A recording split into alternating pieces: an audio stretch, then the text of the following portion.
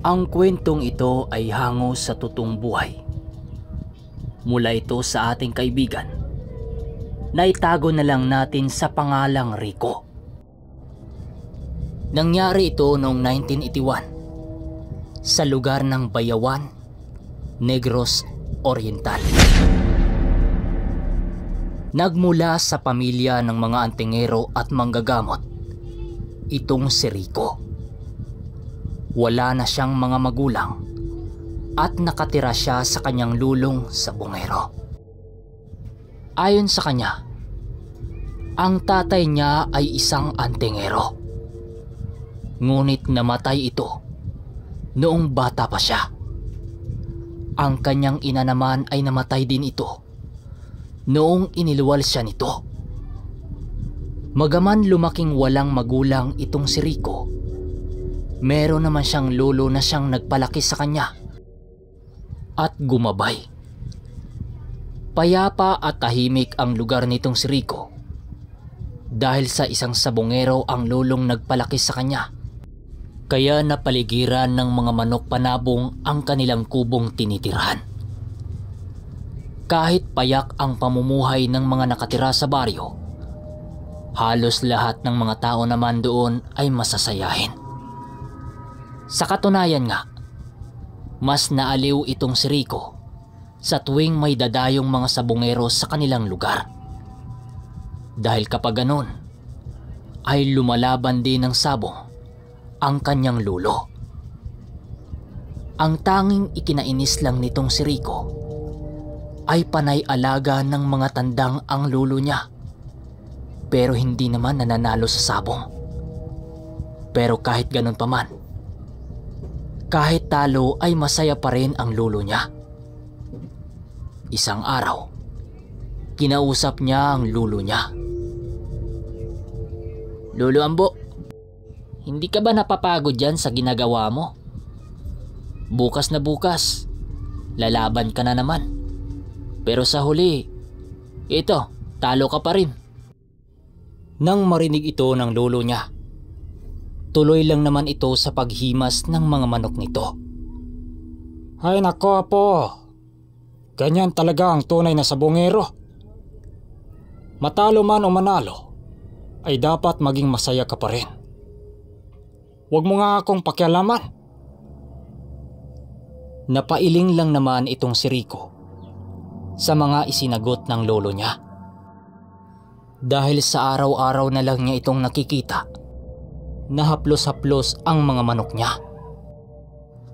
Kaya minabuting inalam niya kung ano ang pakiramdam ng ganong gawain. Isinama siya ng lolo niya sa sabungan at siya ang pinagbibitaw. Magaman paminsan-minsan ay nananalo, ay lamang pa rin ang talo. At doon na nga nagsimula ang pagkahilig niya sa mga panabong. Sa mga panahon na lumipas, ay naging kagaya na rin siya ng lolo niya.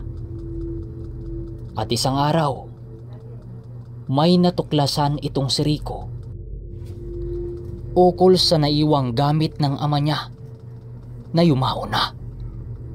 At doon yun, sa lumang kubo nito.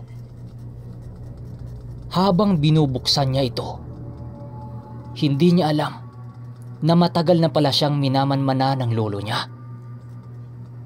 "Rico, nakahingi ka na ba ng patnubay sa ama mo para pakailaman ang mga bagay na yan? Siguradong matulad ka lang din sa ama mo. Ngayon lang kitang nakitang pinakilaman ang mga bagay na yan.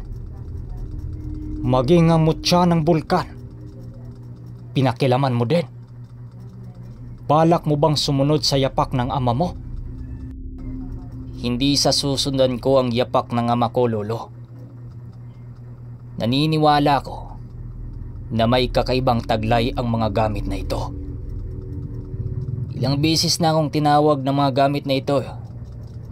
Palagi itong pumapasok sa mga panaginip ko. Nagaya na rin lang naman ako sa iyo, pues kailangan na nating gumawa ng paraan para manalo naman ang mga pambato natin. Napapadalas na ang pagkatalo ng mga pambato natin. Sa katunayan, mas lamang ang lahi ng mga ito sa mga ipinalahi nila. Pero talo pa rin tayo. Kaya naniniwala akong may kakaibang nangyari dito. At balita ko pa, kaya madalas tayong natatalo sa laban dahil may tangang mga mutya ang ating nakakatunggali. Paniguradong malakas ang antingero na yon. Hindi lang po ito sa paghihiganti. Para lang ipakita din natin na hindi rin tayo talunan sa lahat ng oras. Napapansin mo ba na tuwing nandun tayo, para tayong basahan na inapak-apakan? Wika niya. Minsan, iba ang sinasabi ng utak natin kumpara sa ating nararamdaman. Mag-iingat ka dahil habang hawak mo ang mga gamit na yan, maraming nilalang ang susubok sa iyo. Sagot naman ito sa kanya. Lubos ang pagnanais ni Rico na alamin ang tungkol sa mga mutya na tangan ng mga kalaban nila.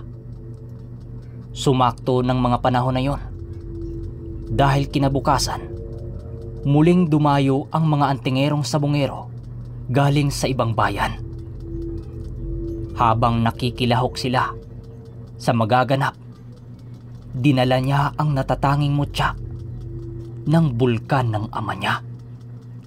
Bato na mula sa putik ng apoy ng bulkan at ang sinturon na may dalang sumpa. Sinturon ang malakas pangontra sa mga mutya at kwintas na may dalang lakas na espiritual at swerte. Habang bitbit ni Rico ang kanilang mga pambato, lumapit sa kanila ang taong nagngangalang Hiner, na isa din sa kanilang mahusay na bantog na sabongero sa lugar. Kadalasan itong nakalaban ng lulo niya at ni isang beses hindi pa sila nananalo rito. Hindi nila alam pero nararamdaman ni Rico na may tinatago itong kakaiba. Tandang Tiroy, andiyan ka pala. Ilan ang dala mong manok ngayon? Yan na ba yung apo mo? Manang-mana sa tatay. Tanong nito na may halong pang-iinsulto. Tumitig lang naman dito si Rico habang maiging pinakiramdaman ang buong paligid.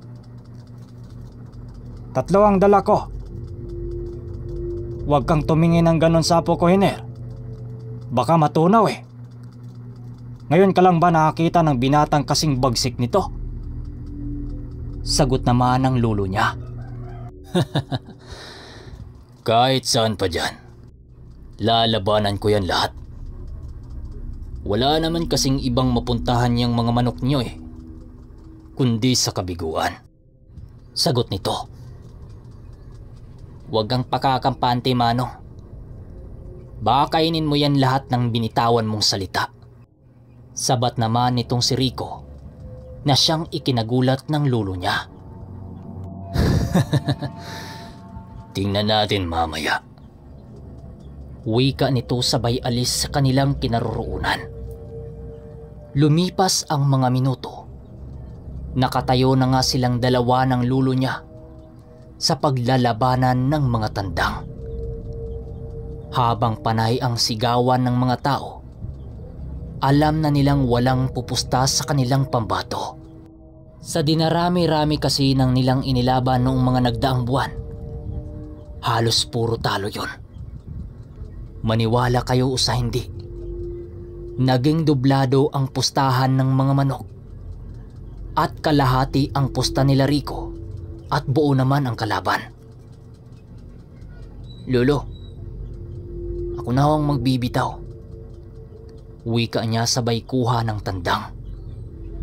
Habang nakatayo siya, panay naman ang kanyang panalangin sa suot-suot niyang mutya. Matapos niya itong gawin, ay ang pagguhit niya sa lupa ng isang simbolo na halos hindi alam ng mga nakakakita. Dahil sa ginawa niya, biglang natigilan ang kalaban nila.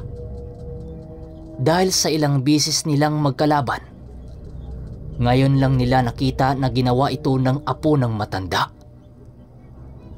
Paglapag ng kalaban, agad namang binitawan ni Rico ang manok sa may iginuhit niya. Pagbanggaan ng mga ito, ay nagsisigawan ang mga tao sa paligid. Dahil ang manok ng kalaban napugutan ng ulo sa hindi inaasahang pangyayari. Halos hindi makapagsalita ang nagngangalang Hiner dahil sa mga pangyayaring yon. Alam niya kasing wala pang nakagawa ng ganun sa kanya, lalo na sa mga sinasandalan niyang gamit. So mga kapinundong baryo, hanggang dito na muna ang ating kwento. Sayang nga lang wala palang mga sabungerong nakikinig dito. Kaya mag-iba yata tayo ng kwento. Pero paabang na muna sa part 2 nito o sa maging finale. Yun lang. Maraming salamat.